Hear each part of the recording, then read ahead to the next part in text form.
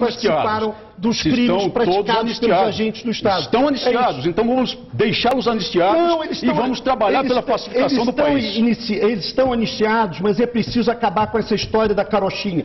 Os 400 desaparecidos daqui, do direito à memória e verdade, têm direito a saber efetivamente quem é que matou, quem é que desapareceu essas 400 pessoas, quem foi? Essa publicação é uma publicação válida, ela retrata a história. Retrata, então vamos levá-la ao conhecimento do país. Vamos levar ao conhecimento do país as obras publicadas a respeito, por exemplo, da tortura nunca mais. Mas vamos levar em consideração também o outro lado. Vamos levar ao conhecimento do país também a versão de Ustra, que escreveu um livro também. Vamos levar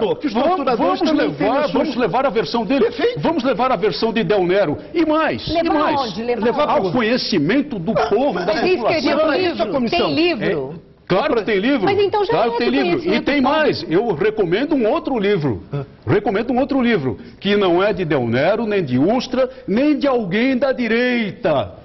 É de Jacob Gorender, fundador do Partido Comunista Brasileiro Revolucionário, um homem da violência, um homem da luta armada.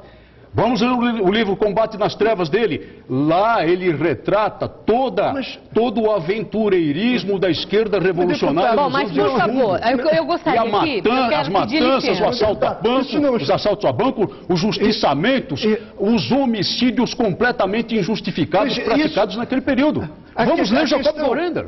O Supremo Tribunal Federal anistiou tudo isso. Então vamos deixá-los anistiados. Não precisam ter medinho. Essa palavra é interessante. Mas eu peço licença aos senhores, olha, para o esclarecimento do nosso telespectador, eu observo que tem, né, a questão é candente, tem um lado emocional que pode nos levar a perder o foco do debate e a gente possa não esclarecer o telespectador. Paulo Sérgio Pinheiro, primeira coisa, vamos falar inicialmente, para ficar bem claro para quem está acompanhando o nosso debate, quais são os objetivos, porque eu li o projeto, quais são os objetivos da Comissão da Verdade.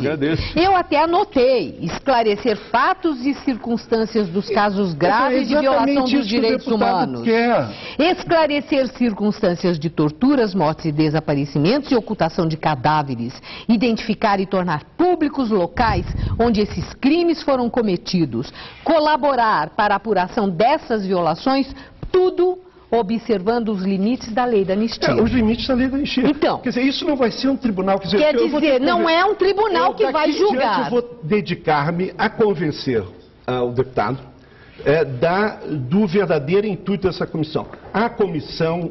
Fala de terrorismo aqui, doutor Paulo Sérgio. Não vai ser... Não vai ser... Não fala. A comissão se baseia nas leis que eu citei para o senhor, a lei da anistia, a lei 9.140 de 95 e depois a lei 10.559 de 2002 que o senhor conhece. Quer dizer, esse é o parâmetro legal. O outro parâmetro legal, como eu disse, é a coisa julgada. É a anistia, a lei da anistia e a última definição feita pelo Supremo Tribunal Federal. Quer dizer, agora, a comissão não se propõe fazer um tribunal. Não há, o deputado sabe tão bem quanto eu que nenhum dessas Forças Armadas, desse país que eu citei, eles ficaram colados nesses crimes que aqui também isso foi realizado por um bandinho de algumas centenas. A maioria das Forças Armadas, a Polícia Militar, não tem sangue nas mãos. Foi um grupinho que participou da UBAN, participou dos gabinetes de tortura, dos DOI-CODE, tudo isso. Nessas outras democracias que nos cercam, as Forças Armadas, as polícias estão descoladas disso. Por quê? Porque há uma verdade oficial que ninguém mais contesta. Aqui não, a gente fica nesse joguinho que foi a guerrilha, mas foram torturados. E isso é justamente um dos objetivos da comissão, é pôr um ponto final nisso e vamos para frente. Agora, deputado, o ex-ministro Paulo Vanucchi, ele, por ocasião do envio desse projeto ao Congresso, eu vi a fala dele, né? Ele fez questão de deixar claro que não é um projeto revanchista, que é um projeto que, na verdade, ele é a favor das Forças Armadas. E ele disse, não é justo que integrantes das Forças Armadas carreguem o peso por violências praticadas por algumas dúzias. E aí eu pergunto para o senhor, né, na esteira do que acaba de falar Paulo Sérgio Pinheiro, se as arbitrariedades que aconteceram, elas não aconteceram praticadas por todos os integrantes das Forças Armadas. Para o senhor, é justo que as Forças Armadas carreguem na instituição a imagem de que é truculenta, arbitrária, criminosa? As Forças Armadas com as próprias mãos, fizeram justiça com as próprias mãos. As Forças Armadas não podem apagar sua história.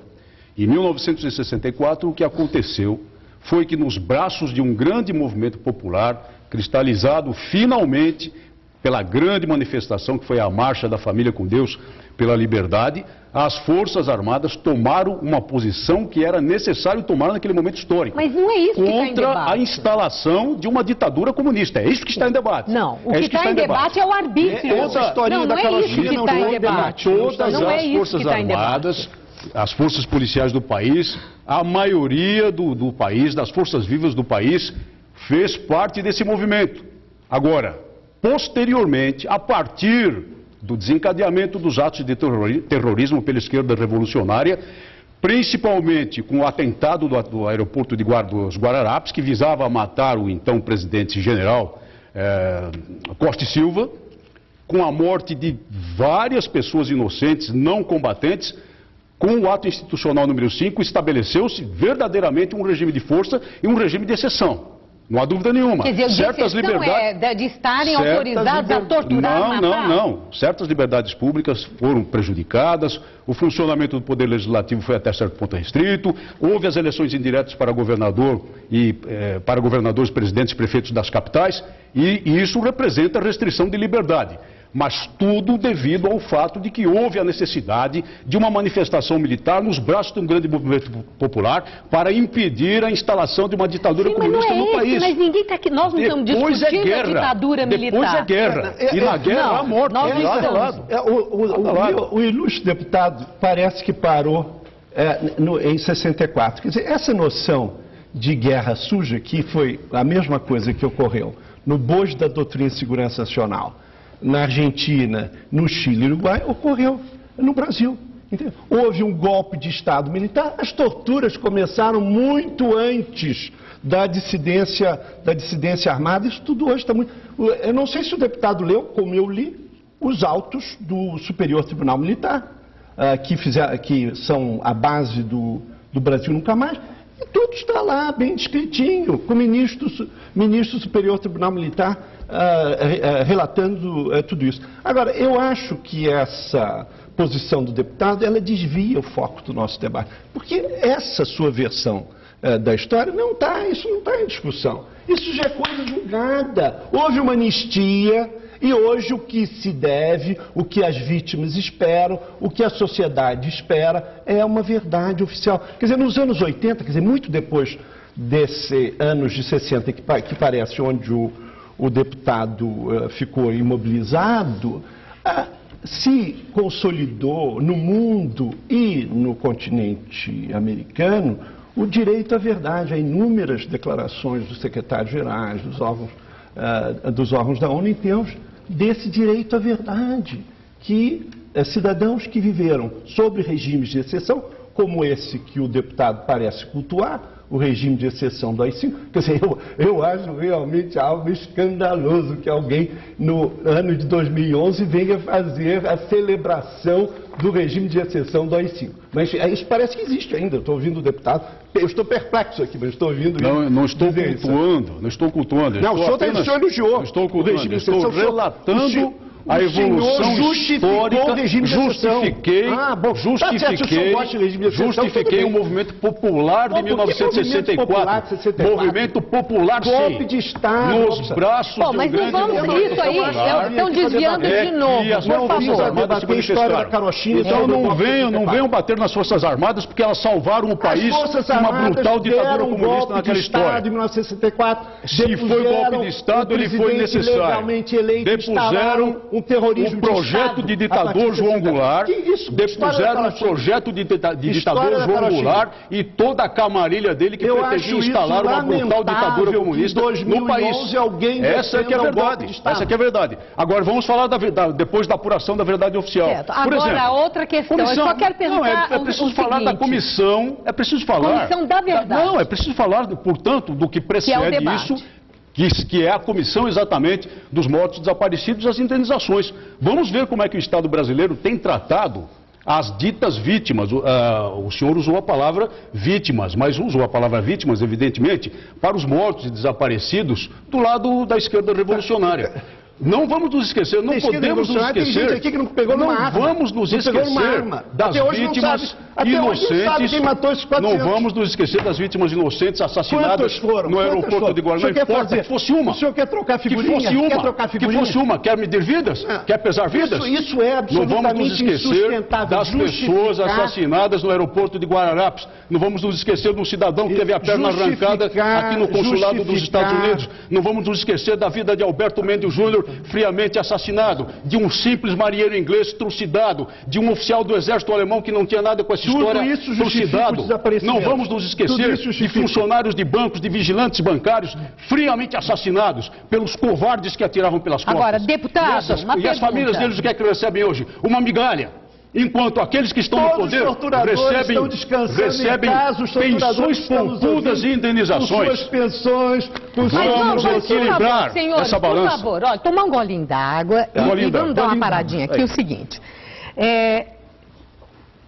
o próprio Estado brasileiro, o governo brasileiro, reconheceu a responsabilidade pelos excessos, pela vida. Isso foi reconhecido, tanto que são pagas essas indenizações. As indenizações, algumas milionárias, algumas sim milionárias, que até surpreendem, e outras, muito menos. Deve haver nisso tudo, talvez até a necessidade de uma revisão, para que não haja uma injustiça na reparação. Eu quero só, com toda tranquilidade, eu quero fazer um esclarecimento. As indenizações decididas pela Comissão de Mortos Desaparecidos, em que participou o Exército Brasileiro, elas se limitam a cerca de 400 famílias dos desaparecidos, que até hoje nós não sabemos onde estão os corpos, nem quem fez. Uma outra questão foi os processos julgados pela Comissão da Anistia, onde há indenizações, as tais indenizações que você se refere. generosas. Eu gostaria de... Mas partindo das indenizações, se o Estado reconhece a sua responsabilidade a ponto de indenizar pelos excessos, a indagação é se é justo que aqueles que cometeram com as próprias mãos os excessos reconhecidos pelo próprio poder público brasileiro fiquem livres, leves e soltos, sem responder pelos seus atos e sem ir a público, afinal de contas, quem são? É justo isso? A indagação que eu pergunto ao senhor. Isso não é aquilo que nós chamamos de impunidade absoluta? Em absoluto, porque houve anistia. E anistia é esquecimento. O esquecimento legal, o esquecimento jurídico. E o esquecimento é para ambos os lados, não para um lado só. Mas é esquecer o fato ou não responder judicialmente pelo fato. Esquecer, ter amnésia do fato. Vamos pedir indenização a quem explodiu bombas. Não é questão da indenização. Eu estou perguntando a investigação para o relato do fato, é resgate histórico. Vamos mostrar toda a verdade. Com toda tranquilidade, queria relembrar o deputado, ele sabe disso tão bem quanto eu, que entre 1974 e 1979, 2.820 pessoas foram condenadas, quer dizer, do grupo dos dissidentes, alguns que participaram das Forças Armadas, com penas, em média, entre 4 e 10 anos. Quer dizer que essas pessoas não foram sancionadas pela justiça de exceção, do regime de exceção, mas elas foram sancionadas que quando o general presidente Figueiredo assina a anistia em 79, logo depois ainda teve que anistiar, ou dar um indulto ou graça, a 10 prisioneiros que ainda estavam presos. Quer dizer, isso também deve ser colocado, eu vou tentar me manter com grande tranquilidade daqui para ver. Vamos. E eu acho que tudo isso deve ser E eu tomo como missão convencer o deputado da lisura do projeto. E o Congresso é que vai ter que... Claro. Eu acho que foi uma decisão sábia do presidente Lula em termos de fazer a coisa mais democrática possível e enviar ao Congresso. O Congresso é que tem a capacidade de... Mas eu queria ler um trechinho, se você... Não é bom ler coisas na televisão, mas eu queria ler um trechinho e depois vou perguntar ao senhor se o senhor identificaria quem disse isso. Não foi no contexto 64. Mas houve um deputado na Constituinte 46 que requereu a criação de uma comissão de inquérito que examinasse os crimes do Estado Novo e pedia investigações do Departamento Federal de Segurança Pública, onde as torturas ocorriam. Aí ele dizia, no sentido de conhecer e denunciar à nação o tratamento dado aos prisioneiros políticos, afirmando que a matéria não é daquelas que podem ser esquecidas. Trata-se de fazer justiça e descobrir e apontar os responsáveis por crimes inomináveis praticados com a responsabilidade do governo e, mais que isso, defender nossos fóruns de povo civilizado. Ele coloca aqui a questão da responsabilização, que evidentemente não está na comissão. Quem dizia isso, curiosamente, era o general Euclides Figueiredo, que foi constituinte em 46. E essa comissão nunca houve nada sobre o Estado Novo, porque nunca houve quórum. Então, essa última questão de examinar, quer dizer, em termos de refazer a história, reconstruir a história, no sentido do que o deputado acha correto, da sua forma mais ampla, tomando em questão todo o contexto, é esse o objetivo, a meu ver. Eu acho que eu me coloco numa posição confortável, justamente porque não só o ministro Vanucchi esteve na comissão aqui, mas também o ministro da Defesa. E eu acho que o ministro da Defesa tem toda a autoridade acadêmica e também política de ter colaborado para um projeto que eu acho que não deve ser chamado de revanchista. Bom, eu peço licença para fazermos um pequeno intervalo e, ao voltarmos, eu gostaria de ouvir dos senhores que sentimento tem, que indicadores nós temos de que as Forças Armadas do Brasil reconhecem que apurar verdade histórica ajuda à consolidação da democracia brasileira. Voltamos no instante.